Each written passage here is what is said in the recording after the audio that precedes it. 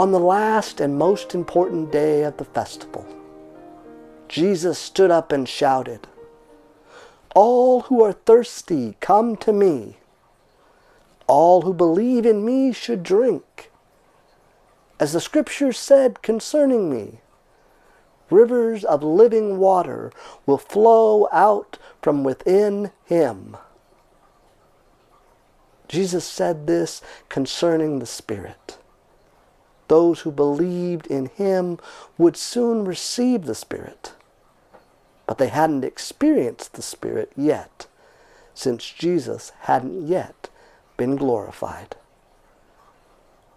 When some of the crowd heard these words, they said, "This man is truly the prophet." Others said, "He's the Christ." But others said, "The Christ can't come from Galilee, can he? Didn't the scriptures say that the Christ comes from David's family and from Bethlehem, David's village?" So the crowd was divided over Jesus. Some wanted to arrest him, but no one grabbed him. The guards returned to the chief priests and Pharisees, who asked, Why didn't you bring him?" The guards answered, "No one has ever spoken the way he does." The Pharisees replied, "Have you too been deceived? Have any of the leaders believed in him? Has any Pharisee? No, only this crowd, which doesn't know the law, and they are under God's curse." Nicodemus, who was one of them and had come to Jesus earlier, said, "Our law doesn't judge someone without first hearing him and learning what he is doing, does it?" They answered Nicodemus, "You are not from Galilee too, are you? Look it up and you will see that the prophet doesn't come from Galilee."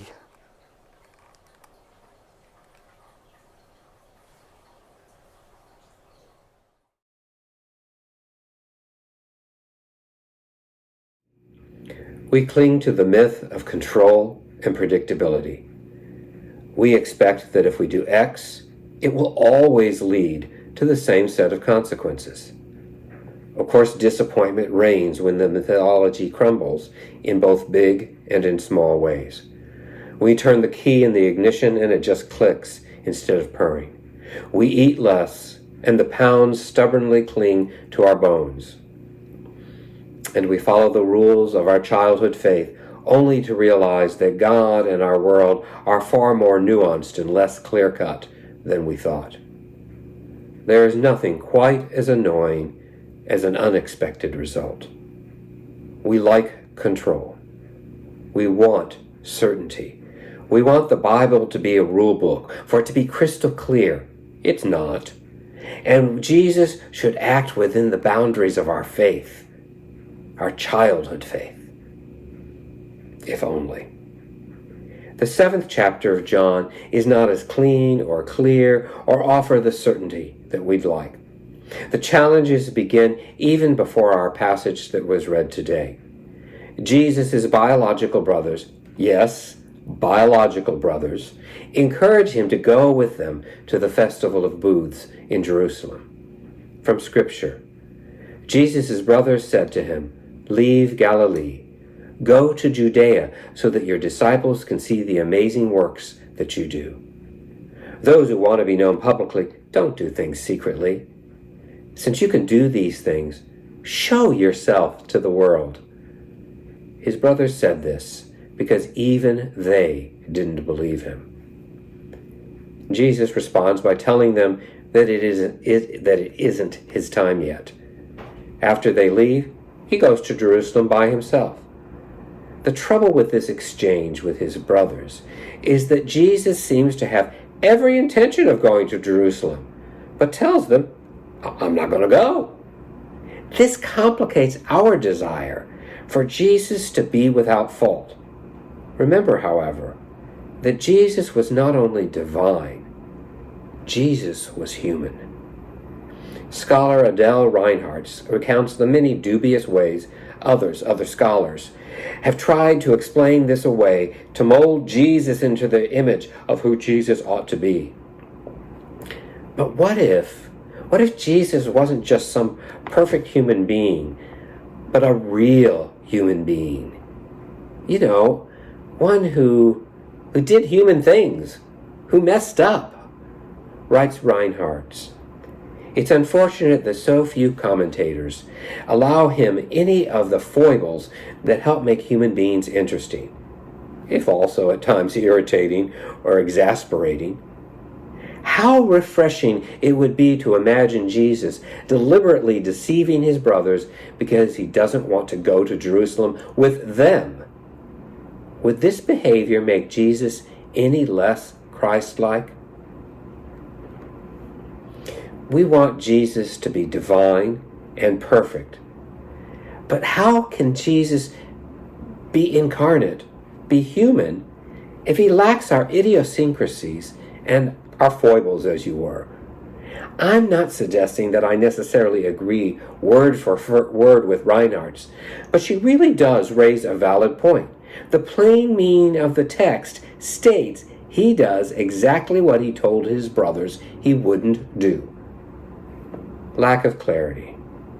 We want Jesus in a box. We have Jesus, the human being. Maybe our desire for certainty and control were never supposed to be a part of our Christian faith at all. I know that ambiguity can be uncomfortable. That's a big part of what has made the last 2 years so very difficult for all of us. We don't have any control of what will happen next. We don't know what to expect. We don't even have a hint about what's really going to happen. A year ago, we were feeling pretty optimistic, relatively anyway. Winter was winding down and I was still waiting my turn for the vaccine. The vaccines were going to be our salvation. Then vaccine hesitancy morphed into a militant distrust in the science behind the jabs and later masks. As of now, there are only 55% of those in Lynn County who are fully vaccinated. Through that smoky September, through the Delta variant, and a summer together finally on the lawn of the courthouse, we've remained as true community in the midst of ambiguity. Some of us have coped more readily with the necessary adaptations. Others still struggle with the changes from their childhood religion, unwilling or unable to accept the cultural trends and changes that have accelerated as a response to the pandemic. We want Jesus and the church to be perfect, but just as Jesus was divine and human, the church is utterly human. From Scripture. On the last and most important day of the festival, Jesus stood up and shouted, "All who are thirsty should come to me. All who believe in me should drink. As the Scripture said concerning me, rivers of living water will flow out from within me." At the festival that his brothers urged him to attend and go big and loud, Jesus went big and loud. The Sukkot, or Festival of Booths, was a harvest festival that emphasized the importance of water for those who lived in a desert region.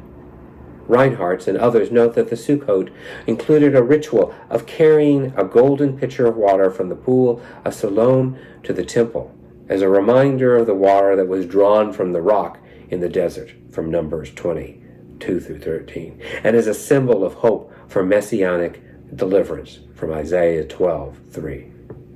Water matters. In my 4 years serving in Eastern Oregon church, I saw firsthand how critical water is to survival in the desert. Ranchers can do all the right things and still have a bad crop if the rains don't come.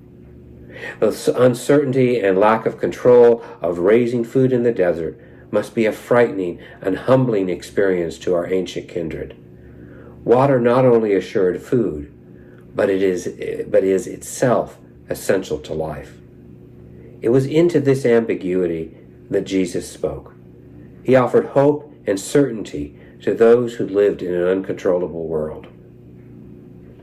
But John is nothing if not multi-layered and poetic.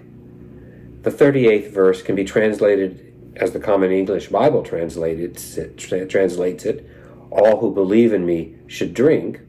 As the scripture said concerning me, rivers of living water will flow out from within him, in which the living water comes from Jesus. Or it can be translated as the New Revised Standard Version translates it, and let the one who believes in me drink, as the scripture has said, out of the believer's heart shall flow rivers of living water. So what do you think? Does the water flow out of Jesus or out of the believer? You see, this is not one of those times that ethical scholarship leans one way or the other. In this case, the Greek itself is ambiguous. It's confusing. It's unclear. Think about that. John has unintentionally, or maybe intentionally, written ambiguous words into the mouth of Jesus. Into a time of ambiguity, in a place of ambiguity, at a festival that celebrates the importance of water to life, Jesus could be telling us that we can count on living water provided by him, or Jesus is telling us that by allowing ourselves to be transformed by belief, we become the source of living water. Now, reading multiple scholars this week, I found that many really, really wanted to keep Jesus in that box of their childhood religion. Of course, they say, John must have meant Jesus is the source. It couldn't possibly flow from us. That point of view implies that Jesus is somehow divine, but not human. To be fair, it's a reasonable argument given John's proclivity to lift up Jesus as the Messiah. But I ask you this question. Would the meticulous, multi-layered writer of John have made that kind of error in the language? Really? I don't think so. I think we have something far more remarkable here. What if John intended the ambiguity? What if his choice of unclear Greek is intended to provide us with a layer of uncertainty? If so, it is in the ambiguity of living in a desert, or the ambiguity of living during a pandemic, or in a time of accelerating changes within the church. It is in those kinds of times where we will find living waters. Maybe both and rather than either or leads us to our salvation, leads us to communal salvation. Maybe our desire for certainty and control were never supposed to be a part of our Christian faith after all. Maybe our desire for certainty and control were never supposed to be a part of our Christian faith after all. I know that ambiguity is uncomfortable. That's a big part of what's made the last 2 years difficult for all of us. We don't have control of what will happen next. We don't know what to expect. But what if it's only in uncertainty and in lack of control that we can be transformed by Christ? Embrace and give thanks for the ambiguity. It is in a time just such as this that we can hear and heed the Spirit. Praise be for ambiguity. Amen.